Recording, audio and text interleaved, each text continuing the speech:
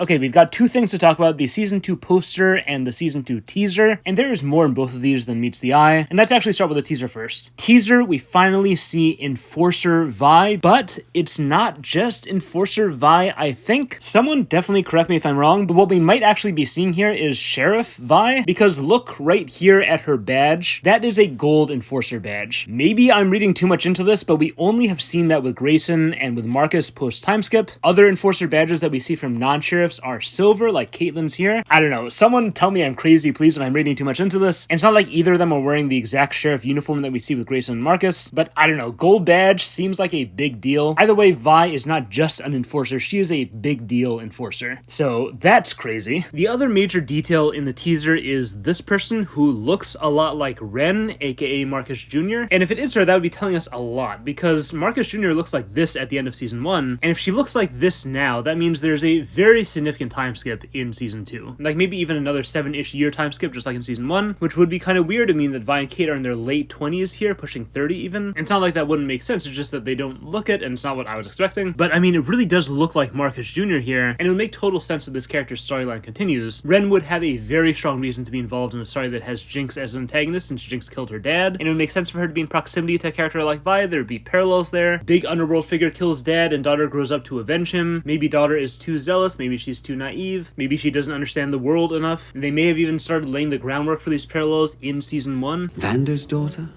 She was about your age. But anyway, on that note, back to Vi, and this is getting into even more speculative territory, but we can look at the difference of expressions here. Kate looks resolute, 100% committed, and Vi doesn't exactly. Is it conflict? Is it anxiety? Is it fear? Is it anger? It's not Kate's expression. That's definitely one step we can take. So based on that, and based on the fact that she was closer to a move like this at the end of Season 1, but still not like close, it would seem reasonable to speculate that maybe what we're seeing here is part way into Season 2, i.e. after some Vi development, we do a time skip, and then we're here, and that would be consistent with how Arcane does time skips between acts, but that would mean what we're looking at, according to this line of speculation, is the following. Season 2, Act 1, we start off very close after the events of the finale of Season 1. Vi has ended up more or less on the Piltover side of the war, but she spends these episodes solidifying that side switch. Maybe at the end of this act, she commits to joining the Enforcers, and then, following a time skip, Act 2, the adventures of Enforcer Vi against Zahn, and by extension Jinx. Vi is still kind of working through her issues with the side switch alongside zealous angry girl Marcus, and then we get to Act 3,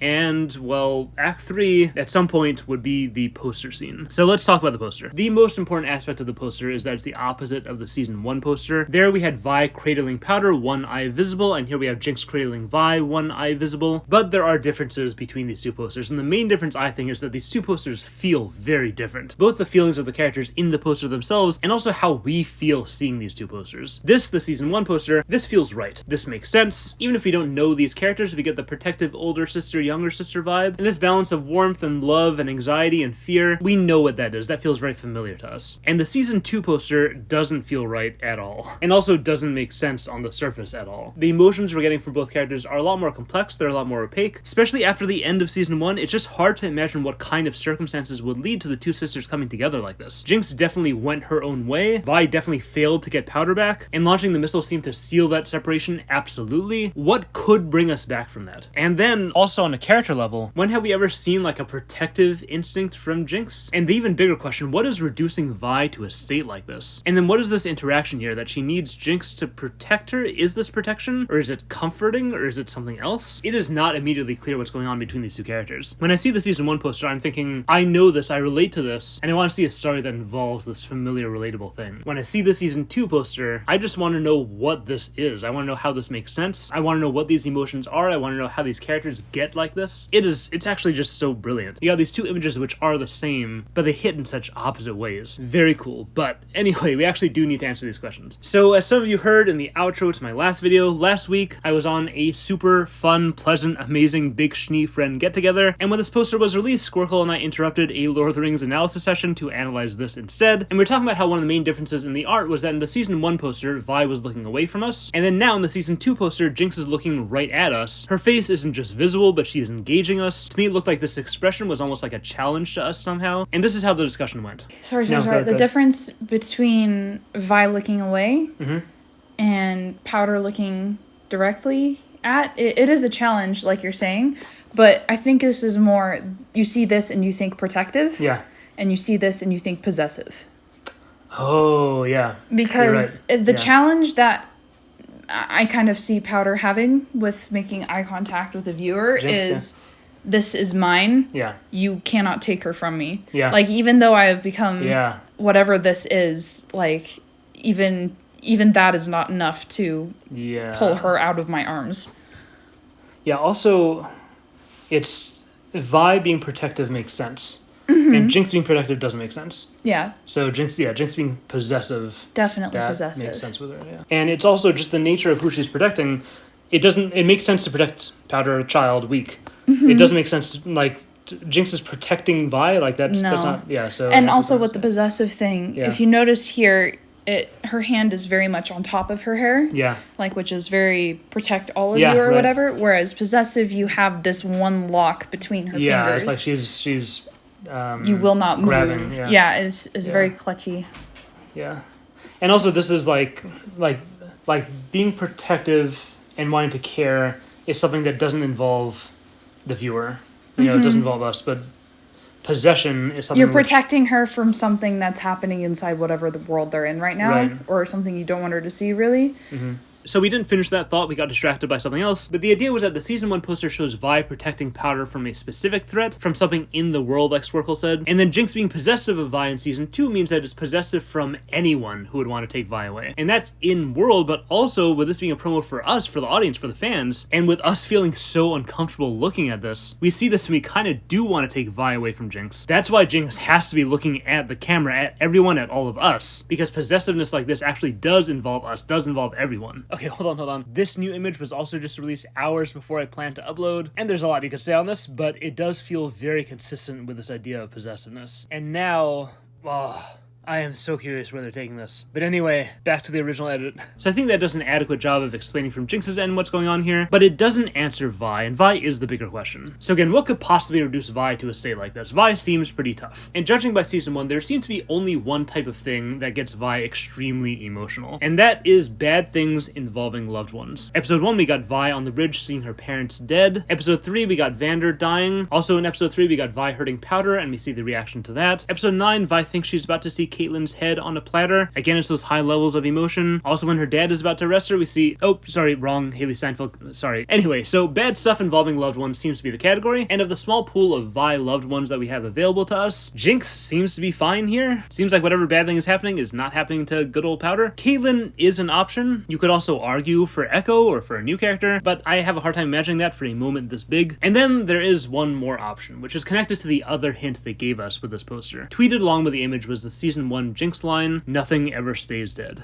And our other option for a very bad thing involving Vi loved one is, of course, Vander again. In our previous Season 2 teaser, we saw Warwick, aka probably Vander, probably the Hound of the Underground, being revived by Singed. Vander was dead, but nothing ever stays dead. What is Vi being traumatized by in this scene? Why is Jinx comforting her? We can kind of just put 2 and 2 together here. And so I started to run all this by Squircle, and I realized that she hadn't watched the Warwick teaser and didn't know about the whole Vander thing at all. So after confirming 100% that she was okay with a major reveal, I showed her the teaser and told her what it meant. So here is her trying to analyze while reacting, while emotionally processing, while freaking out, all at the same time. And I'm just gonna play the full thing here because it's hilarious.